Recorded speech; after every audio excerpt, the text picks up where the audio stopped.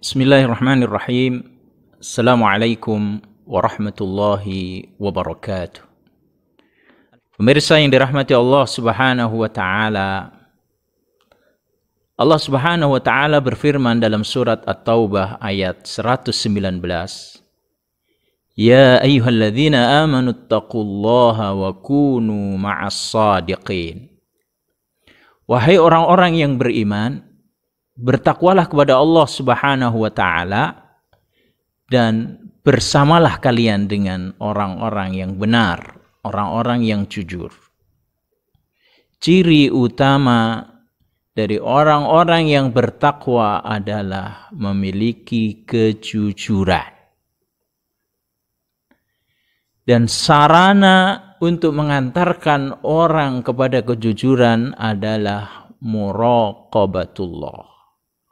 Merasa diawasi oleh Allah Subhanahu wa taala. Dan cara yang efektif untuk mewujudkan, menghadirkan muraqabatullah, pengawasan Allah Subhanahu wa taala adalah dengan berpuasa.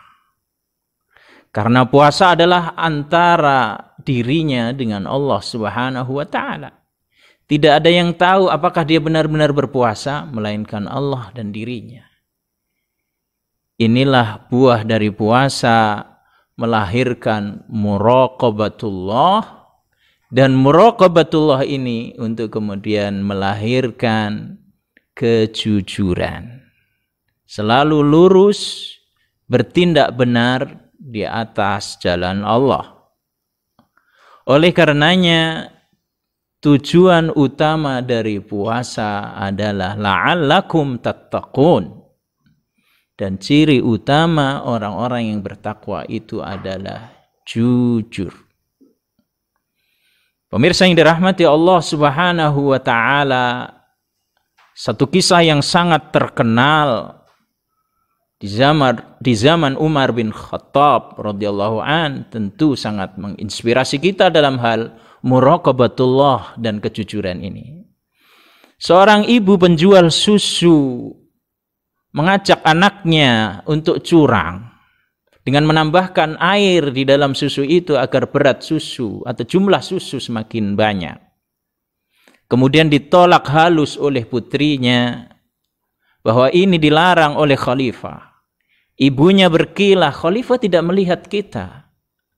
Kemudian sang putri dengan bijak menyampaikan, "Fa'aina Allah?" Lalu di mana Allah, wahai ibuku? Bukankah Allah selalu mengawasi kita?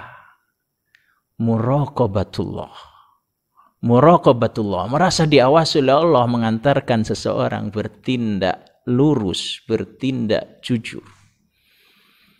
Dan hal ini didengar oleh Umar bin Khattab yang saat itu sedang belusukan, yang sedang ronda. Untuk kemudian Umar terenyuh dengan sikap jujur seorang putri. Pulanglah beliau memanggil putranya yang bernama Asim untuk segera melamar anak itu. Singkat kata, terjadilah pernikahan antara Asim bin Umar dengan putri ini yang kemudian terkenal dengan namanya Ummu Ammarah. Dan untuk selanjutnya Asim bin Umar dan istrinya Ummu Ammarah ini memiliki beberapa putra dan putri, dan salah satu putrinya bernama Laila binti Asim dinikahi oleh Abdul Aziz bin Marwan. Abdul Aziz bin Marwan adalah saudara dari Khalifah Abdul Malik bin Marwan. Singkat cerita pemirsa yang dirahmati Allah Subhanahu wa taala, Abdul Aziz bin Marwan dan istrinya Laila binti Asim ini melahirkan seorang putra yang diberi nama Umar bin Abdul Aziz.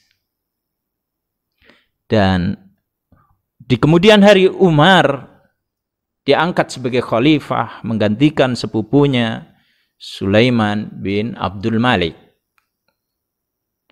Dan sama-sama kita tahu Umar bin Abdul Aziz dijuluki Umar Ats-Tsani, Umar yang kedua. Bahkan ada yang menjuluki Umar bin Abdul Aziz adalah khalifah yang kelima. Karena kejujurannya, karena kehebatannya, karena keadilannya, karena kezuhudannya, karena kebijakan-kebijakannya. Arah-arah baru yang diciptakan oleh Umar bin Abdul Aziz mengantarkan kepada kesejahteraan, sehingga di kurun beliau memimpin yang tidak sampai 3 tahun, susah ditemui orang yang berhak mendapatkan zakat.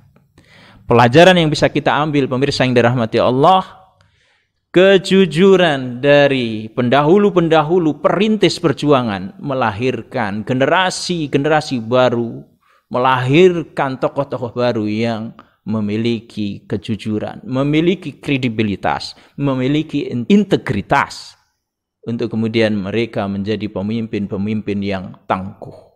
Inilah pelajaran berharga dari bulan suci Ramadan yang mengantarkan kepada ketakwaan, dan ciri utama ketakwaan adalah kejujuran. Mari terus kita bangun kejujuran untuk melahirkan kebaikan dan generasi-generasi yang memiliki integritas dan kejujuran sehingga melahirkan kesejahteraan. Terima kasih dan mohon maaf. Assalamualaikum warahmatullahi wabarakatuh.